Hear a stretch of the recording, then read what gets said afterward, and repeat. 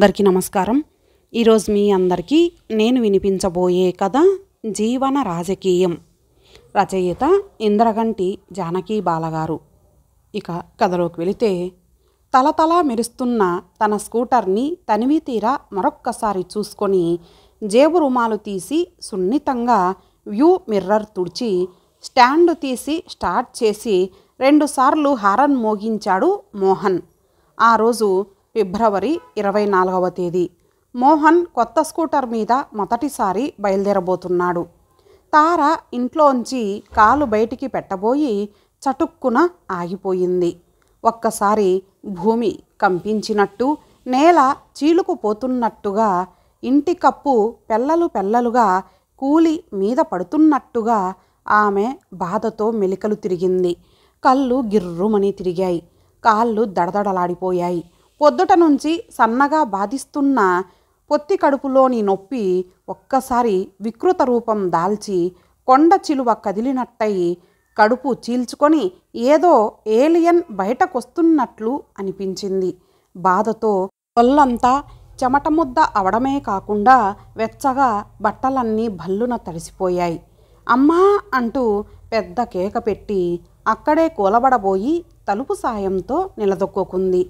వెనుక నుండి తలుపేసుకోవడానికి వచ్చిన అత్తగారు చటుక్కున పట్టుకొని, ఏమమ్మాయి, ఏమైంది అంది కంగారుగా.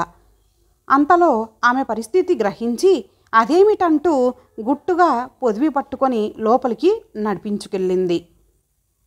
ఈ హడావిడి చూసి మోహన్ స్కూటర్ స్టాండ్ వేసి లోపలికొచ్చాడు. తార హాస్పిటల్ బెడ్ మీద నీరసంగా పడుకొని ఆలోచిస్తోంది. ఆమెకి బ్లీడింగ్ అవుతున్నా బాధ తగ్గింది. గర్భం పోయినట్టేనని లేడీ డాక్టర్ ధృవపరిచింది. ఆ విధంగా డాక్టర్ సర్టిఫికేట్ తీసుకొని దానికి సెలవు కాగితం జత చేసి పంపింది ఆఫీస్కి. అబార్షన్కిచ్చే 6 వారాల స్పెషల్ లీవ్ కోసం పంపింది. భారతి ఎప్పుడొచ్చి ఆఫీస్ విశేషాలు చెప్తుందా అని చూపులు గుమ్మానికి తగిలించి పడుకుంది. రకరకాల ఆలోచనలు మనసులో సాగుతున్నాయి. జీతం డ్రా చేశారా? తను భారతికి పే ఆథరైజేషన్ ఇచ్చింది కనుక ఆమె తప్పకుండా ఆ డబ్బు ఇవ్వడానికి వస్తుంది. తార నీరసంగా కళ్ళు మూసుకుంది. కళ్ళ ముందు ఏవేవో రూపాలు, చెవుల్లో ఏవేవో సంభాషణలు. ఆఫీస్లో కూర్మారావు, రామనాథం, రంగారావు ఒక్కొక్కసారి వాళ్ళు మాట్లాడే టొంపు మాటలు, వాళ్ళు విసిరే కామెంట్లు గుర్తుకొచ్చి బాధగా నవ్వుకుంది. ఉద్యోగం చేస్తున్న స్త్రీల మీద చలోక్తులు విసరడానికి, విమర్శలు కురిపించడానికి అందరూ ముందుగానే ఉంటారు. ఆడవాళ్ళమై పుట్టినా బాగుండేది. హాయిగా నెలల తరబడి సెలవు మీద ఫుల్ జీతం తీసుకుంటూ ఇంట్లో విశ్రాంతి తీసుకోవచ్చు. ఆఫీస్లో మెటర్నిటీ లీవు ఎవరు పెట్టినా, గర్భస్రావమై స్పెషల్ లీవు మీద ఎవరు వెళ్ళినా ఎవరో ఒకరైనా ఈ కామెంటు చేయక మానరు. తారకి ఎప్పుడు పట్టిందో బాగా నిద్ర పట్టేసింది. 8 గంటలు దాటుతుండగా తార తల్లి వైదేహి అన్నం క్యారేజీ పుచ్చుకొచ్చింది. తల్లిని చూడగానే తారకి ఎక్కడిదో దుఃఖం ఒక్కసారి పొంగుకొచ్చింది. వైదేహి కూతుర్ని పొదవి పట్టుకొని, ఏం లేదు, ఏముంది ఇందులో, అంత బాధపడాల్సిందేమీ లేదు, పోతే పోయిందిలే అంటూ ఓదార్చింది. నువ్వెప్పుడొస్తావా అని ఎదురు చూస్తున్నాను అంది కళ్ళనీళ్లతో తార. నాకు నిన్న లెటర్ అందింది, మధ్యాహ్నం బయలుదేరాను అంటూ సముదాయించింది. తార ఎకనామిక్స్ MA చేసింది. అందులో గోల్డ్ మెడల్ తీసుకుంది. కాంపిటేటివ్ టెస్టులో నెగ్గుకొచ్చింది. ఇంటర్వ్యూలో పక్కన పెట్టేయకుండా తండ్రి రమేష్ బాబు బందోబస్తు చేశాడు. అందుకే తార ఇప్పుడు బంగారు బాతు కాబట్టే మోహన్ ఆర్థిక వ్యూహాలను తట్టుకొని అతని పెళ్లి కూతుర్ల ఎంపికలో నెగ్గుకొచ్చి అతని భార్య అయ్యింది. భారతి వస్తూనే, సారీ తారా, నిన్న రాలేకపోయాను. మా చంటివాడికి ఉదయమే కొంచెం జ్వరం తగిలింది. మధ్యాహ్నం మరీ ఎక్కువైందని ఫోన్ వస్తే వెళ్ళిపోయాను. అయినా మోహన్ వచ్చి నీ శాలరీ తీసుకెళ్ళాడు కదా అని ఈరోజు రావచ్చులే అనుకున్నా అంది. సైలెన్సర్ అమర్చిన పిస్తోలు గుండు నిశ్శబ్దంగా గుండెల్లో దూరినట్టయింది తారకి. వినిపించనంత మాత్రాన బుల్లెట్టు తక్కువ బాధేం పెట్టదు. భారతి రాలేకపోయినందుకేం బాధలేదు. కానీ తన జీతం తీసుకున్న మోహన్ కనీసం రాత్రైనా ఒకసారి ఆస్పత్రికొచ్చి తనకి కనిపించలేదని విపరీతమైన బాధ గుండెలంతా నిండిపోయింది. ఎప్పుడెళ్ళిపోతున్నావు అంది భారతి. ఈరోజు సాయంత్రం, అంటే మరో గంటలో. అయితే సర్లే గాని నేను సెలవు పెట్టాను 1 రోజులు. అబ్బా ఎందుకు? మా అన్నయ్య రమ్మని 2 ఏళ్ల నుంచి గొడవ. హాయిగా వెళ్ళిరా, ఇదిగో నీ పే స్లిప్, మరి నే వెళ్తానింకా అంటూ భారతి వెళ్ళిపోయింది. భారతి వెళ్ళిపోయాక విచిత్రమైన అవమానంతో కూడిన గుబులు తార మనసంతా కమ్ముకుంది. ఏమిటి ప్రతి చిన్నదానికి రాద్ధాంతం చేస్తావు? ఏం నీ జీతం నేను వెళ్ళి తీసుకుంటే తప్ప నీకేమైనా నామోషియా అన్నాడు చిరచిరలాడుతూ మోహన్. నాకొక్క మాట చెప్పాలి కదా, ఇప్పుడు చెప్తున్నాను కదా. ఏమిటి ఇప్పుడా? నేను అడిగాక, ఇంత నిష్ఠూరం పడ్డాక అంది చిరాకుగా. భార్యాభర్తల మధ్య ఆ మాత్రం అండర్స్టాండింగ్ ఉండకపోతే కష్టం అన్నాడు. నేను అదే అంటున్నా అంది కఠినంగా. మోహన్ మరేం మాట్లాడలేదు. ఆ రోజు తన తల్లిని హాస్పిటల్కి బండి మీద దింపి లోపలికి రాకుండా వెళ్ళిపోయి ఇప్పుడేవో కథలు కబుర్లు చెప్తున్నాడని తారకి ఉక్రోషంగా కోపంగా ఉంది. పరిస్థితి గ్రహించిన వైదేహి కూతుర్నే కేకలేసింది. అతనికేదో పనుందని, మళ్ళీ లోపలికొస్తే ఆలస్యమవుతుందని వెళ్ళాడే, ఇప్పుడు ఏమైందని గొడవ అంటూ అల్లుణ్ణి సమర్థించింది. లీవు పూర్తవగానే తార ఆఫీస్కెళ్లడం మొదలుపెట్టింది. తన సీటులో పని నిలువ ఉండిపోయింది. ఆఫీస్ టైం అయ్యాక కూడా చేయడం ప్రారంభించింది. ఆ రోజు ఒళ్ళు భారంగా ఎలాగో అనిపిస్తుంటే లెక్కలు చూసుకుంది. పీరియడ్స్ రాలేదని గ్రహించి ఎందుకా అని ఆలోచనలో పడింది. అత్తగారితో అదే మాట అంది. మొన్నటిదాకా చాలా బ్లడ్ పోయింది కదా, కొన్నాళ్ళు లాగుతుంది, భయం లేదులే అందామె. నిజమే కదా అని ఊరుకుంది. 2 నెలలు దాటిపోతుంటే ఒంట్లో భారం ఆమెకి అనుమానం కలిగించి లేడీ డాక్టర్ దగ్గరకు వెళ్ళింది. డాక్టర్ తారకి ప్రెగ్నెంట్ అని నిర్ధారణ చేసి మందులు రాసిచ్చింది. తార ఆశ్చర్యపడలేదు, ఆనందమూ పొందలేదు. కానీ 3వ నెల వచ్చిందంటారా అంది. లేదమ్మాయి, అడ్వాన్స్డ్ 5 నెలలు దాటినాయి అంది. అదెలా? నాకు 3 నెలల క్రితం అబార్షన్ అయింది. నో, ఇట్స్ నాట్ కరెక్ట్ అంటూ మందుల చీటీ చేతిలో పెట్టి ఇంక వెళ్ళవచ్చు అన్నట్టు నవ్వింది. స్కూటర్ వెనుక కూర్చొని నెమ్మదిగా మోహన్తో చెప్పింది. పోన్లే, ఇప్పుడు నీకొచ్చిన కష్టమేంటి అన్నాడు మోహన్. ఏం లేదనుకోండి.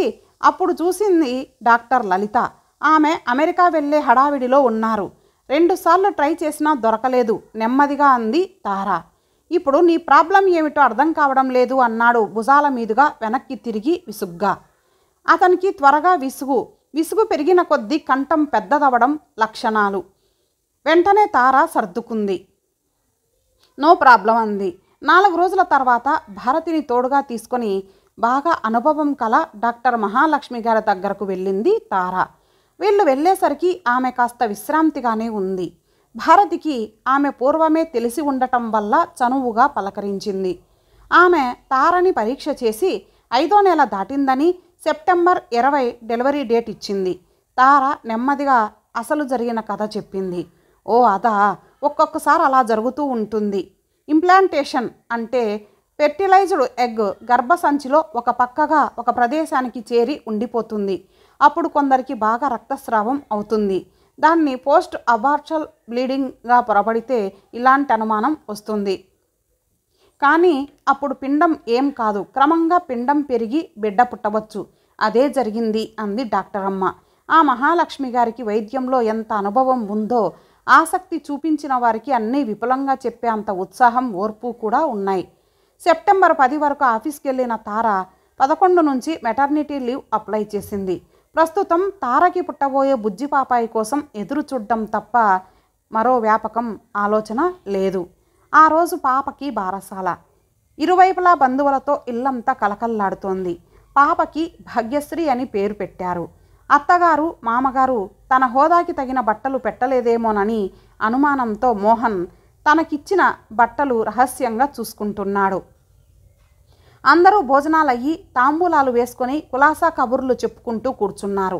ఇంతలో పోస్ట్మ్యాన్ వచ్చి తార పేరున ఒక రిజిస్టర్డ్ కవర్ ఇచ్చి వెళ్ళిపోయారు. ఒక్క క్షణం వాతావరణం నిశ్శబ్దమైంది. ఆఫీస్ నుంచి వచ్చింది, ఏమై ఉంటుందా అని తార తండ్రి రమేష్ బాబు అది చదివి నిర్ఘాంతపోయాడు. తార 5 నెలల క్రితం దొంగ సర్టిఫికెట్ పెట్టి అబార్షన్ అనే వంకతో 6 వారాలు ప్రత్యేక సెలవు తీసుకుంది. అది పూర్తయిన 5 మాసాలకే మెటర్నిటీ లీవ్ తీసుకున్నారని, ఇది డిపార్ట్మెంట్ని మోసం చేయడం కనుక మీ సంజాయిషి అడుగుతూ షోకాజ్ నోటీస్ అది. ఇంటిలోని పండగ వాతావరణం గంభీరమై విషాదంగా మారిపోయింది. అసలు జరిగిన విషయం పూర్తిగా తెలుసుకున్న రమేష్ బాబు మహా చిరాకు పడిపోయాడు. మోహన్ అయోమయంలో పడిపోయాడు. తారకి ఒక్క క్షణం బుర్రంతా మొద్దుబారిపోయినట్లయింది. వెంటనే రమేష్ బాబు రంగంలోకి దిగాడు. కూతురి ఉద్యోగం నిలబడాలని కంకణం కట్టుకొని బయలుదేరాడు. తెలియక జరిగిన పొరపాటని ఎంత చెప్పినా పై అధికారులు వినలేదు. డాక్టర్ దగ్గర మీకు ఆ విషయం బయటపడినప్పుడు అదే విషయం డిపార్ట్మెంట్కి తెలియపరిచి మీ ప్రత్యేక సెలవును మరో లీవుగా మార్పించుకోవాలి కదా. అది ఉద్యోగి కనీస బాధ్యత. ఆ బాధ్యతని విస్మరించి సంస్థని చీట్ చేద్దామని చూసినందుకు రిమూవల్ తప్పదన్నారు. రమేష్ బాబు మొదట చెక్ చేసిన డాక్టర్ లలిత కోసం ప్రయత్నించాడు. ఆమె పొరపాటైందని రాసిస్తుందని ఆశించడం తెలివి తక్కువని తేలిపోయింది. ఆమె విదేశాలకి వెళ్ళిపోయే హడావుడిలో ఉంది. ఆఫీస్లో కొందరు అధికారులు, సెక్షన్ హెడ్డులు కేసు బాగా పకడ్బందీగా ఫ్రేమ్ చేయడం వల్ల రమేష్ బాబు ఎంత ప్రయత్నించినా లొంగలేదు. తారని ఉద్యోగంలోంచి తీసేస్తూ ఆర్డర్ వచ్చేసింది. ఆ రోజు మోహన్ వచ్చి తార మీద తాడెత్తున లేచాడు.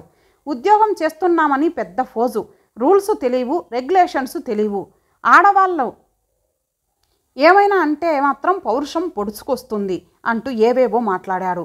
నేను ఆ విషయం ఎంతో ఆందోళన చెందాను. మీకు గుర్తుందా అంది తార. ఏం లాభం వ్యంగ్యంగా అన్నాడు మోహన్. నేను డాక్టర్ మహాలక్ష్మి గారి దగ్గరకు వెళ్ళే వరకు ఊరుకోలేదు. కానీ నాకు ఆ విషయం ఆఫీస్కు తెలియపరచాలని తోచలేదు. అదే అడుగుతున్నాను, ఆ మాత్రం తెలీదా? అవును, నాకు తోచలేదు, నిజమే. మీరు చెప్పవచ్చు కదా, మీకు రూల్స్ రెగ్యులేషన్లు బాగా తెలుసుగా అంది. ఆహా, నాకు ఇంకేం పని లేదా? ఇలాంటి చిన్న విషయం కూడా నేను చెప్పాలా? ఏం, ఇదేమంత చిన్న విషయం కాదే, నా ఉద్యోగానికి ముప్పు తెచ్చిన విషయం. నాకేం తెలుసు నువ్వేం చెప్పుకున్నావో నీ ఆఫీస్లో? ఏమడిగినా నీ విషయంలో కల్పించుకున్నట్లు ఉంటుందని మీకు జరిగింది జరిగినట్టు చెప్తూనే ఉన్నాను. మీరు నన్ను గైడ్ చేయవచ్చు కదా. నాకు నెలలో తేడా వచ్చినప్పుడు మీకు చెప్పలేదా?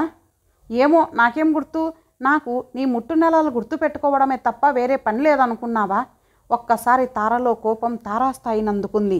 ఇంతవరకు ఆమె తన భర్తలో ఎన్నో నీచ గుణాలు చూసినా, గ్రహించినా ఇంతటి నీచమైన మాటలు మాట్లాడగలడని ఊహించలేదు. ఆమెలో సహనం నశించింది. అవును, నా ముట్టు నెలలు లెక్క పెట్టడానికి, గుర్తు పెట్టుకోవడానిక? మీకెక్కడ గుర్తు? నా జీతం డబ్బులు మాత్రం బాగా లెక్కలు కట్టి జేబులో వేసుకోవడానికి కుదురుతుంది కానీ అంది. తార చెంప చెల్లుమంది. మరో దెబ్బ పడేదే, కానీ తార అతని చెయ్యి గట్టిగా పట్టుకొని మరొక్క దెబ్బ నా ఒంటి మీద పడిందో మీ అంతు చూస్తాను అంది కళ్ళల్లో నిప్పులు గురుస్తూ. ఈ గొడవకి లోపలికొచ్చిన ఆమె తండ్రి కూతుర్ని చిన్నగా మందలించి అల్లుణ్ణి అక్కడి నుంచి బయటకు తీసుకెళ్లే ప్రయత్నంలో పడ్డాడు. మామగారు సముదాయించేసరికి మరీ రెచ్చిపోయి జేగురించిన ముఖంతో పెద్ద పెద్ద రంకెలు వేయడం మొదలుపెట్టాడు మోహన్. కూతురి ఉద్యోగం పోయినందుకే బాధపడాలో, అల్లుడు ఇలా అరుస్తున్నందుకు బాధపడాలో రమేష్ బాబుకి అర్థం కాలేదు. ఇదిగో మామయ్య గారు, ఇప్పుడే చెప్తున్నా, నేను ఉద్యోగం చేస్తున్న అమ్మాయి కావాలని ఏరి కోరి చేసుకున్నాను. అది నా కండిషన్లలో ఒకటి. ఇప్పుడు ఉద్యోగం పోగొట్టుకొని కూర్చుంది. దానికి నా బాధ్యత లేదు. ఉద్యోగం కనుక లేకపోతే మీ అమ్మాయికి నాకు ఎటువంటి సంబంధం ఉండదు అంటూ ఇష్టం వచ్చినట్టు అరిచాడు. అదేమిటలా మాట్లాడుతూ మోహన్? సమస్యలు వచ్చినప్పుడే స్థిమితంగా ఆలోచించుకోవాలి, వాటిని పరిష్కరించుకోవాలి. అంతేగాని అతని మాట పూర్తి కాకుండానే మోహన్ అందుకున్నాడు. అవన్నీ నాకు అనవసరం. ఎలా పరిష్కరించుకుంటారో, ఏం చేస్తారో, మళ్ళీ ఎలా ఉద్యోగం వేయిస్తారో నాకు తెలీదు. ఆ ఉద్యోగం మళ్ళీ వేయించలేకపోతే మీ అమ్మాయిని మీ ఇంట్లోనే ఉంచుకోండి అన్నాడు విసురుగా. రమేష్ బాబుకి చర్రున కోపం వచ్చింది. అతని జీవితానుభవం అతని కోపాన్ని మింగేసింది. ఇది కూతురి ఉద్యోగ సమస్యగా కాకుండా ఆమె సంసార జీవన సమస్యగా మలుపు తిరగడం అతన్ని కంగారు పెట్టింది. తార మాత్రం స్తబ్దుగా రాయిలా ఉండిపోయింది. ఆమె మోహన్ వైపు చూసిన చూపులో ఏ భావం ఉందో చెప్పడం కష్టం. అది కోపమా, అసహ్యమా, జీవిత సత్యాన్ని గ్రహించిన తెరిపితనమా ఏమో, కానీ ఆమె కళ్ళు చెమ్మగిల్లలేదు. ఆమెకసలు ఏడుపు రాలేదు. అంతవరకు రంగురంగుల బట్టలు కట్టిన రబ్బరు బొమ్మలాగా పెరిగిన తార ఒక్కసారి రక్తమాంసాలు గల మనిషిగా ఆలోచన గల అమ్మాయిలా, ఇష్టాయిష్టాలు గల స్త్రీలా కళ్ళు తెరిచింది. చిన్నప్పటి నుంచి తల్లి చెప్పినట్టుగా వినడం, తల్లి ఆలోచనలతో నడవడం మాత్రమే తెలుసు తారకి. తానుగా ఏది ఆలోచించలేదు. అలా ఆలోచించాల్సిన అవసరమూ రాలేదు. కట్టు బొట్టు, నగలు, ఫ్యాషన్, బంధువులు, మిత్రులు అన్నీ అమ్మ చెప్పినట్టుగానే జరిగిపోయేవి. చదువు, సబ్జెక్టు, పరీక్షలు, మార్కులు, ఫస్ట్ క్లాసులు, గోల్డ్ మెడల్సు, కాంపిటేటివ్ టెస్టులు, ఇంటర్వ్యూలు ఇవన్నీ నాన్న చెప్పినట్టుగా జరిగిపోయాయి. తన సాటివారిలో తను ఎక్కువగా ఉండాలని అర్థం చేసుకుంది. ఏ లోటు లేకుండా కాన్వెంట్ చదువు పూర్తి చేసింది. ఆ తర్వాత కాలేజీలో చేరేసరికి అందమైన బట్టలు, అంతస్తులు, హోదాలు అర్థమయ్యాయి. BA చివరి సంవత్సరంలో ఉండగా ఇంట్లో పెళ్లి కబుర్లు సాగుతుండేవి. తారకు అవి అత్యంత సహజంగా అనిపించేవి. ఇదిగో ఇలా ఉంటే నీకు పెళ్లి కాదు అంటే తల్లి మర్నాటి నుంచి తార ఆ తప్పును దిద్దుకొని ప్రవర్తించేది. ఎలా ఉంటే తనకి పెళ్ళి బాగా అవుతుందంటే అలాగే ఉండేందుకు ప్రయత్నించేది. ఈ రోజుల్లో చదువు ఒక్కటే ఉంటే చాలదు, ఉద్యోగం కూడా ఉంటేనే మంచి సంబంధం వస్తుంది అన్న వెంటనే పట్టు వదలకుండా ఉద్యోగం సంపాదించుకుంది. జీతం బ్యాంకులో వేసుకొని కట్నం కూడబెట్టుకుంది. భర్త అంటే ఎత్తుగా, అందంగా, చదువు, ఉద్యోగం, హోదా, కట్నం, కానుకలు, లాంఛనాలు వగైరాలే అని ఆలోచించింది. కానీ మనిషి, అతనిలోని భావాలు, అతని ఆలోచన ధోరణి, సమభావం, ప్రేమ ఇలాంటివెప్పుడూ ఆలోచించలేదు. పిల్లవాడు మంచివాడు, బుద్ధిమంతుడు అని అందరూ సర్టిఫై చేయడం వింది. మంచి అంటే ఏమిటి, బుద్ధిమంతుడు అంటే ఎలా ఉంటాడు అనేది తార ఎప్పుడూ ఆలోచించలేదు. తల్లిదండ్రుల ఎంపికలో మోహన్ సహజమైన అన్ని అర్హతలు గల యువకుడు, పెళ్లి కొడుకు. ఇప్పుడు తారకి మొగుడు. అసలు తారకి తనకేం కావాలో తనకే తెలియని స్థితిలో ఉంది. అదే తెలిస్తే ఆ కావాల్సిన దానికోసం అతని దగ్గర వెతికేది.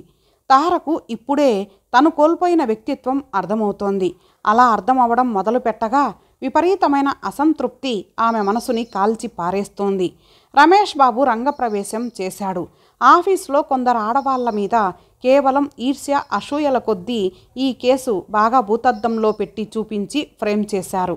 100 రూపాయలు పడేస్తే డాక్టర్ ఏ సర్టిఫికెట్ అయినా ఇచ్చే ఈ రోజుల్లో ఇదేమంత కష్టం కాదని తార డిపార్ట్మెంటుని చీట్ చేసి ప్రత్యేక సెలవు వాడుకుందని నిరూపించారు.